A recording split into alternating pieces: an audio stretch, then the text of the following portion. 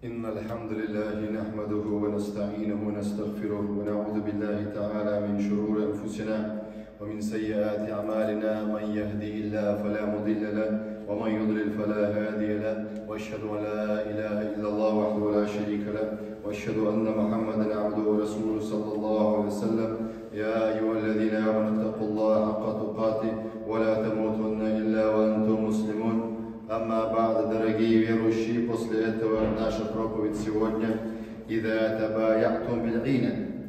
Если вы станете продавать товар, в кредит и выкупать его обратно за меньшую плату, держаться за хвосты коровы. Об этом, иншаллах, у нас сегодня проповедь. Дорогие верующие, посланник саллаллаху объясняет нам в этом хадисе и дальше в других хадисах и аятах приводит нам Аллах Субхану ва Та'аля положение мусульман. Но именно в этом хадисе, который приводит нам Абу Дауд, Албани сказал достоверность этого хадиса от Ибн Умара. Этот хадис, дорогие верующие, посланник Аллаха сообщает нам о будущем, то, что произойдет с уммой. Посланник Аллаха саллаллаху объясняет нам, что есть болезнь, есть лечение от этой болезни.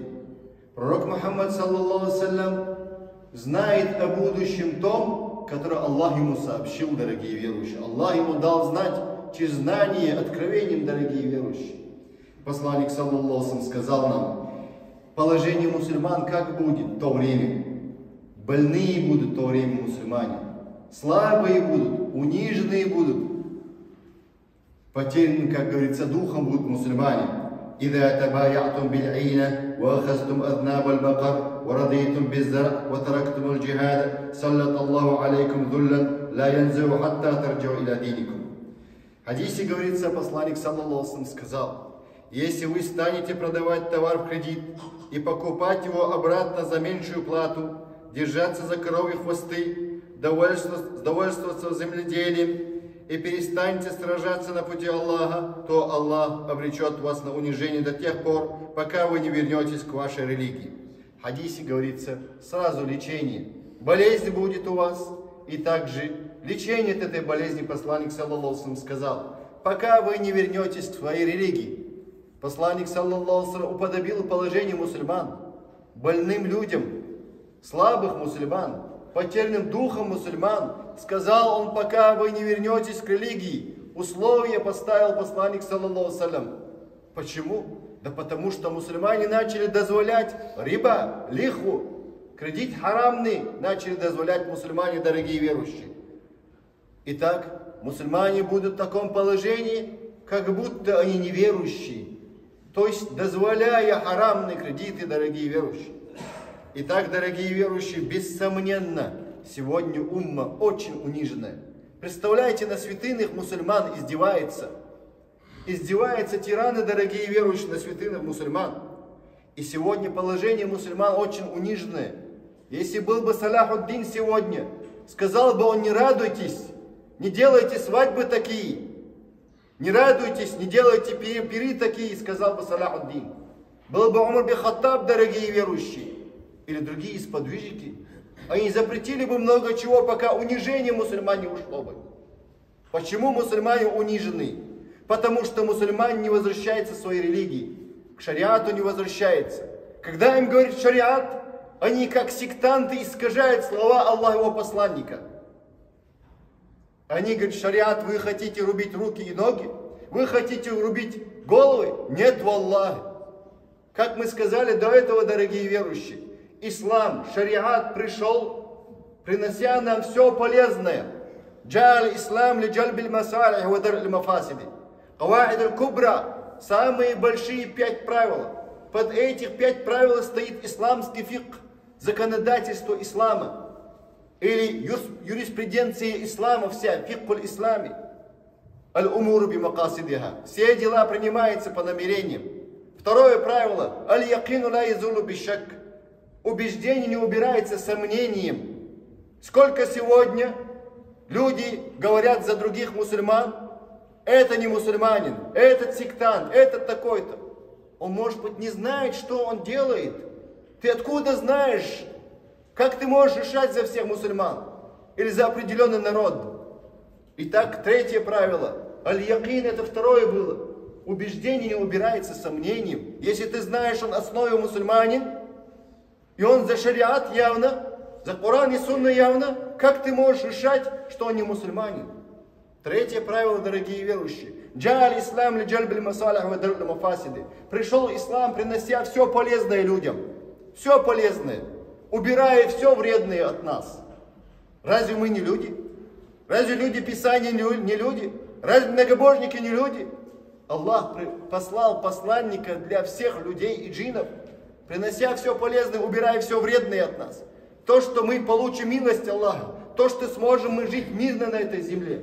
А почему враги ислама? Почему исламофобы? Почему так называемые востоковеды?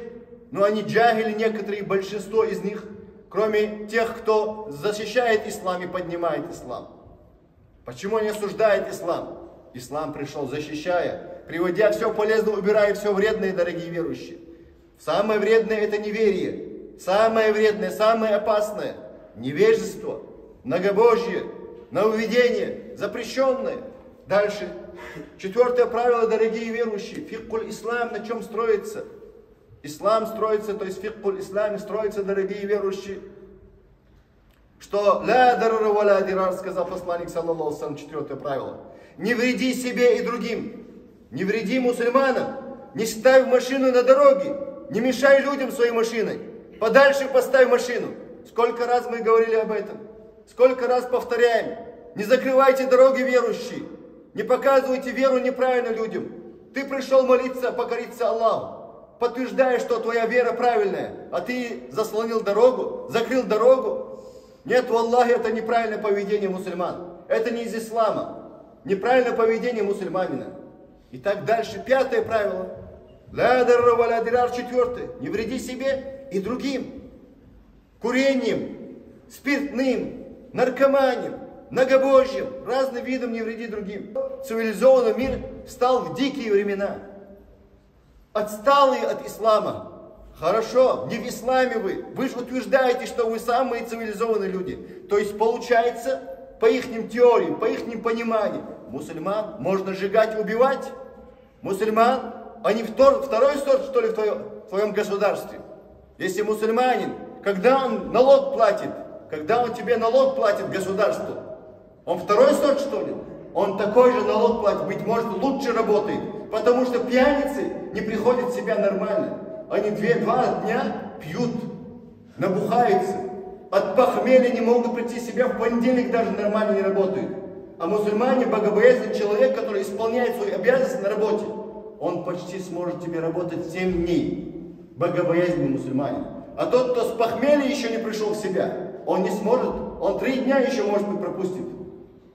Я имею в виду, субботу, воскресенье, понедельник, не пришел в себя в похмелье. Мусульманин больше работает, больше приносит пользы обществу там, где он живет.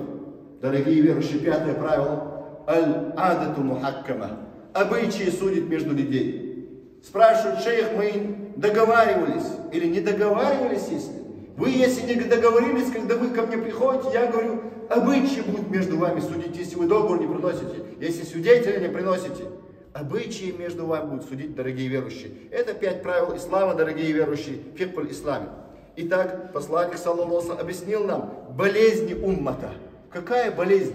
Он сказал нам, посланник, саллаллаху алейхи ва саллям, вы будете заниматься торговыми делами, посевами, сельскохозяйством, колхозами. Забудете борьбу на пути Аллаха. Словами, имуществами, мечом, когда нужно, в своем месте. Но не размахивать там, где нет. Баракаллаху фикум, там, где не нужно.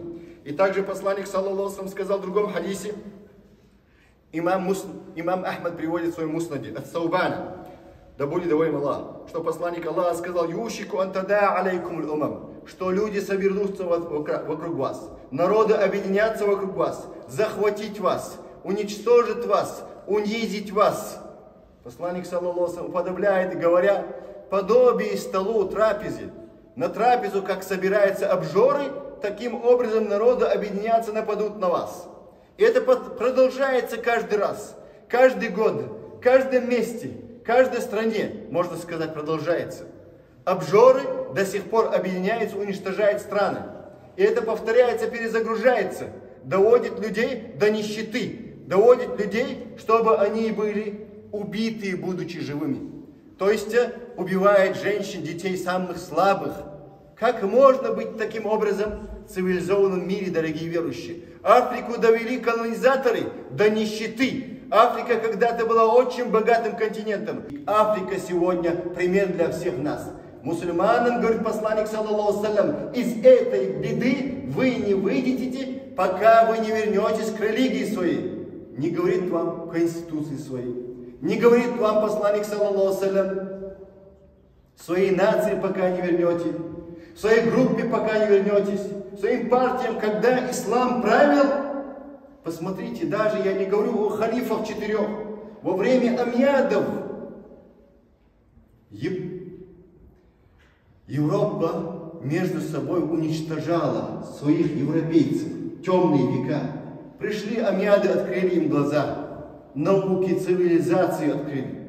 Пришли Омейяды, Омейядское государство. Дало им понять, 900 лет раньше в Дамаске была открыта первая больница мусульман. 900 лет раньше, чем в Париже. Представляете, 900 лет отстала Европа от мусульман. Потом Омейяды, как пришли, открыли. Не было в то время я курд, я турок, я араб, я кавказец. Не было такого. Или я афганец, или я пакистанец, я с Индии. Не было. Была для них цель ислам, довольство Аллаха. Искали все люди разных наций. Даже армяне принимали ислам, защищали ислам. Было такое? Было. До сих пор есть, иншаллах, и будет. Посланник, саллаллаху алейхи, сказал нам, сообщая, что как обжоры будут налетать на вас, на народы, на их богатство, на их сырье. Наше же сырье распоряжаются другие. Поэтому наше такое положение, дорогие верующие, это никогда не уйдет унижение, говорит посланник, саллаллаху алейхи, в прошлом хадисе Абу Дауда, пока мы не вернемся к нашей религии. Дальше посланник, саллаллаху алейхи, приводит нам пример одного пророка, саллаллаху алейхи, который был до него еще. И этот пророк сказал, Сахих Бухари от Аби Хурайры приводится этот хадис. Посланник, саллаллаху алейхи, сказал, саллаллаху алейхи, скажите, газан набию, саллаллаху алейхи, один из пророков, من الأنبياء فقال لقومه لا يتبعني رجل ملك بطن امرأة وهو يريد أن يبني بها. Человек пусть не последует за мной, если он женился, после женитьбы, если он не жил с ней, пусть не следует за мной, пока он не поживет с ней. И также человек дальше идет в хадисе. Человек, построивший дом и не закончил крышу дома, пусть не последует, этот пророк сказал. Почему? Да потому что он связан с этим миром. Связан, он хочет крышу закончить. Он его не оставит, полководца своего пророка, полководца не оставит он. Он скажет, мне надо домой ехать, пока дожди не начались, надо крышу сделать. Я женился, мне надо домой, у меня жена дома ждет. Не оставит, говорит пророк, алейхиссалату вассалам, этого. Воин не оставит своего руководителя. Сколько братьев попадали в беду из-за этих таких тем. И так дальше.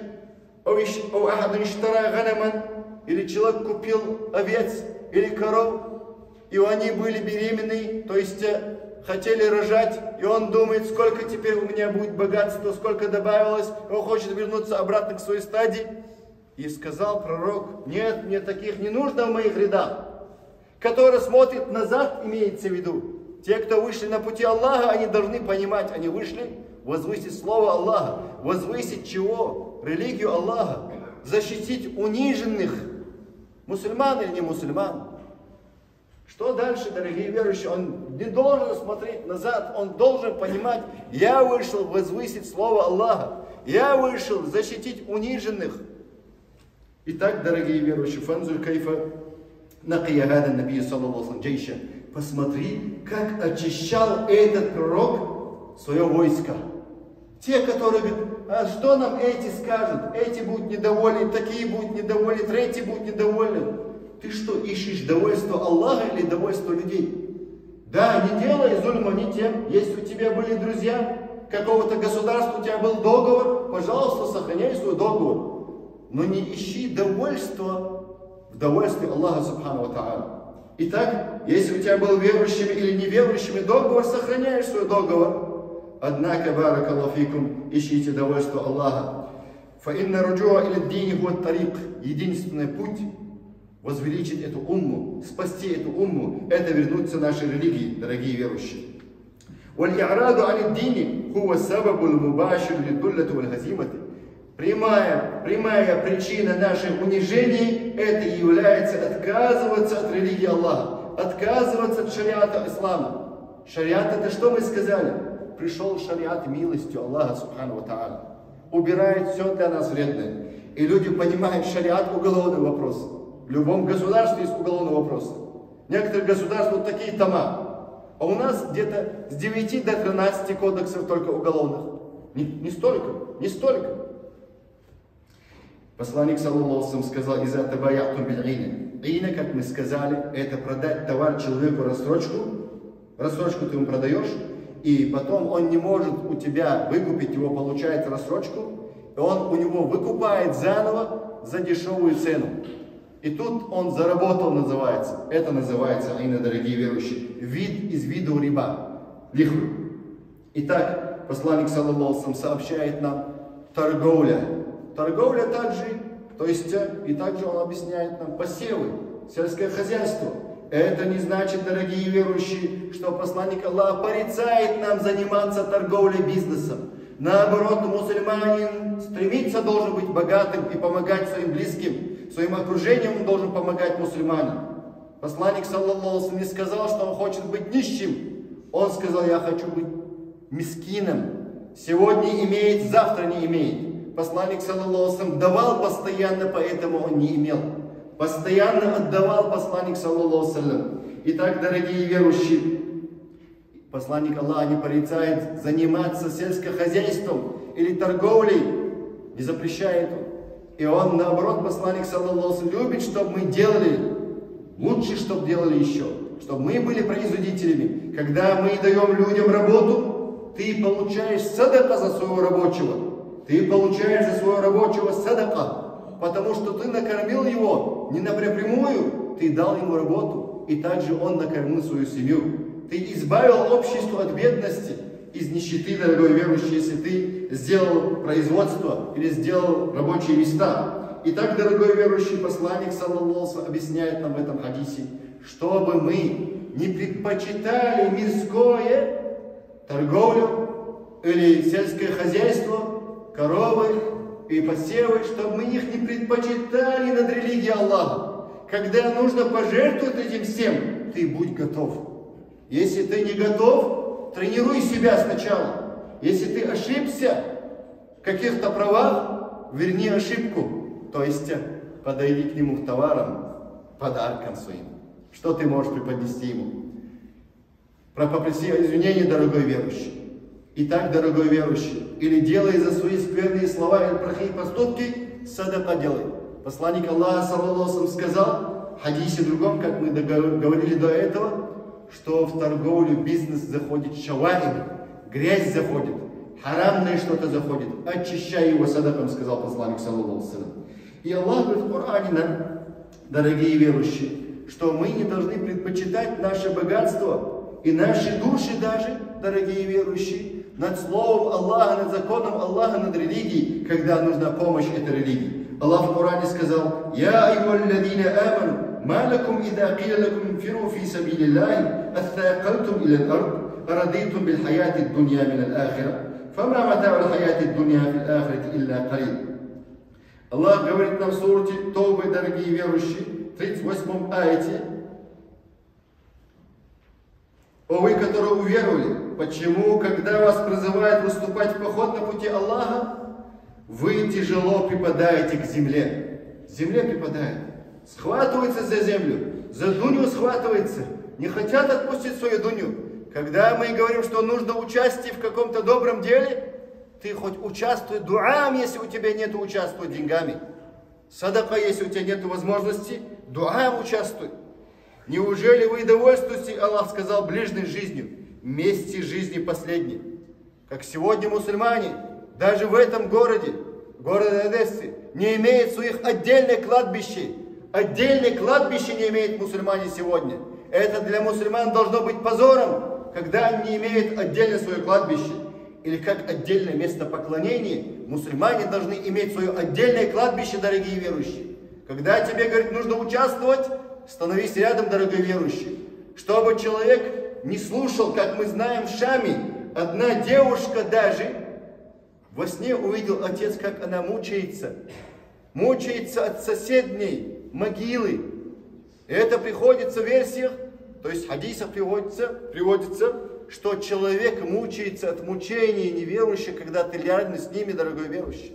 Рядом с ними лежишь. Поэтому нужно, чтобы кладбища, дорогие верующие, были подальше. Но не в кладбищах самих иноверцев или неверующих. Неужели вы довольствуетесь, Аллах сказал, ближней жизни, место последнее?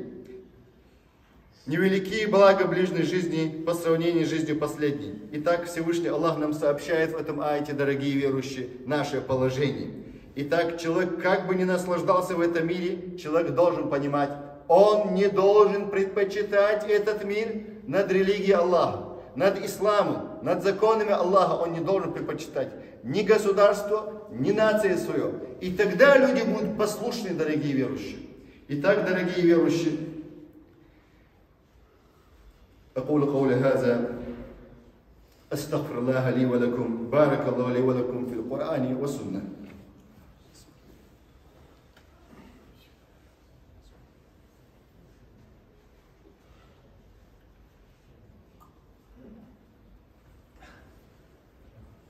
الحمد لله له الحمد الحسن والثناء الجميل يقول الحق وهو يهدي السبيل. Как мы сказали до этого, посланник, саллаллаху саллям, сказал нам в хадисе, саллаллаху алейкум дулля. Аллах вас унизит. То есть Аллах напрямую нас не унизил. Аллах нас унизил за наши поступки. Как Аллах в Коране сказал, «Вама касабат айдикум ваяфу ан касир». Это произошло из-за вас, из-за ваших рук, за ваше поведение. И Аллах прощает многому нам. Если мы не будем каяться, возвращаться к религии, унижение мусульман будет продолжаться. Очень неприятно бывает мусульманам, когда даже убивают невинных детей и женщин. Как происходит, некоторые радикалы себя ведут неправильно. В войне есть этикет. Нельзя убивать женщин, детей, дорогие верующие. И так себя называемые, в кавычках, они тираны, правители бомбят мирных людей. Убивает мирных людей. Как можно мирных людей? Как говорится, если мужчина один на один выйди один на один. Пусть подерутся сами. Пусть войска с войсками дерутся. Если они мужчины, то получается показывает, что они действительно и не мужчины оказываются. Потому что они бомбят мирное население. Те, кто бомбят мирное население, это к ним вернется обратно разными бедами.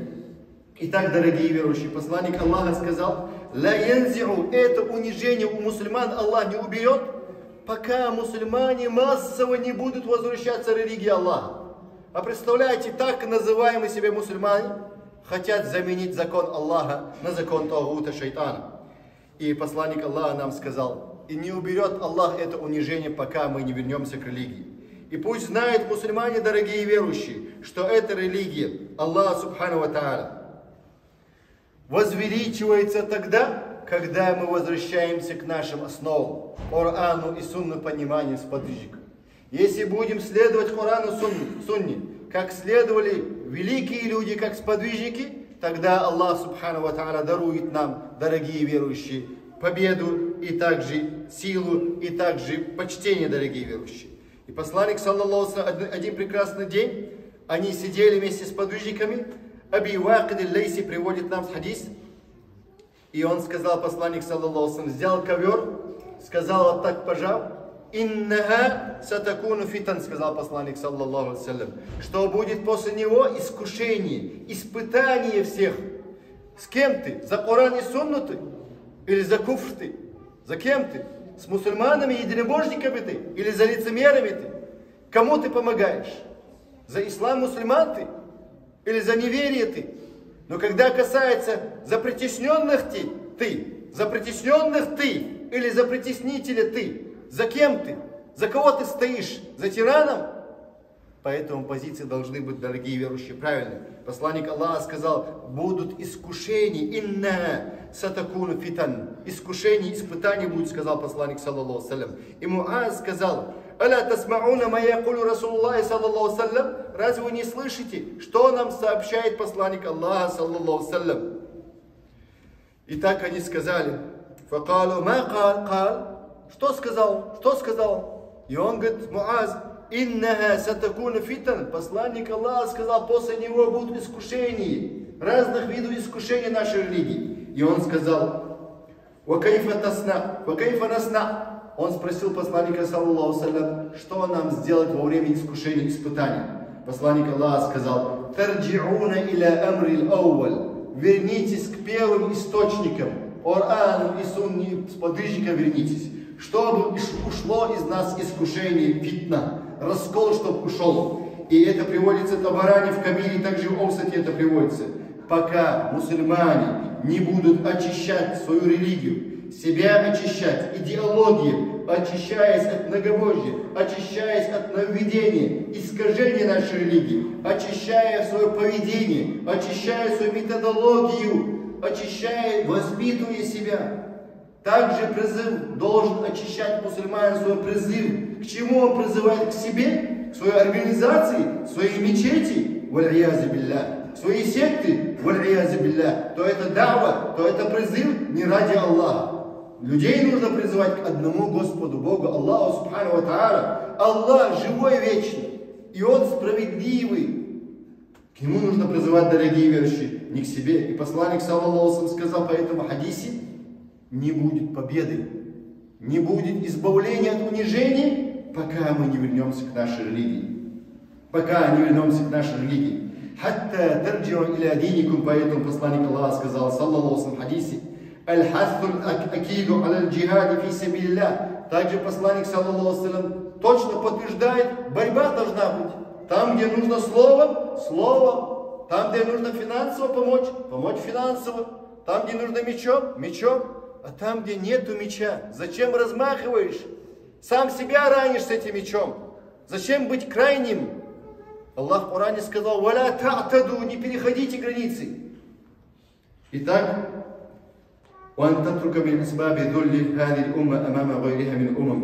как ты можешь оставить, если ты оставил борьбу, ты, значит, оставил борьбу против тирании. Ты оставил борьбу против тирании. А твои слова, бывает, иногда помогает больше, чем меча и финансов, дорогие верующие. Смотря где. Баян лил-асбабиль марады, посланник, саллаллаху алейхи, объяснил нам, саллаллаху алейхи, скажите, где наша болезнь, где будет наша победа, где лечение, дорогие верующие. А лечение этому всему, как мы сказали, если мы вернемся к религии Аллаха, должным образом, в Коране, Сунне, понимание с подвижником. Баракаллаху фикум. Я прошу Аллаха Субхану ва Тааля, дорогие верующие, чтобы Аллах помог мусульманам избавиться от унижения, притеснения. Прошу Аллаха Субхану ва Тааля помочь всем притесненным народам избавиться от колонизаторов. Прошу Аллаха Субхану ва Тааля избавиться всем от притеснений и тирании, дорогие верующие. Прошу Аллаха Субхану ва Тааля помочь Ахлю Шаму, Ахлю Газа. Прошу Аллаха Субхану ва Тааля, чтобы Аллах помог быстрым образом, скорейшим образом людей Газы, там, где сжигают заживо, дорогие верующие, просите за них, дорогие верующие, не забывайте своих молитв. Прошу Аллаха Субхану ва Тааля помочь всем мусульманам и не мусульманам, притесненным, где бы они ни были. Прошу Аллаха открыть глаза всем людям на истину, на Коране и Сунне. Прошу Аллаха Субхану ва Тааля вернуть нашу общину лучшим образом к Аллаху Субхану ва Тааля. اللهم رد الأمة إليك ردا جميلا اللهم رد الأمة إليك ردا جميلا اللهم ربنا آتنا في الدنيا حسنة وفي الآخرة حسنة وقنا عذاب النار إن الله وملائكته يصلون على النبي والذين آمنوا صلوا عليه وسلموا تسليما أنت أختم الصلاة.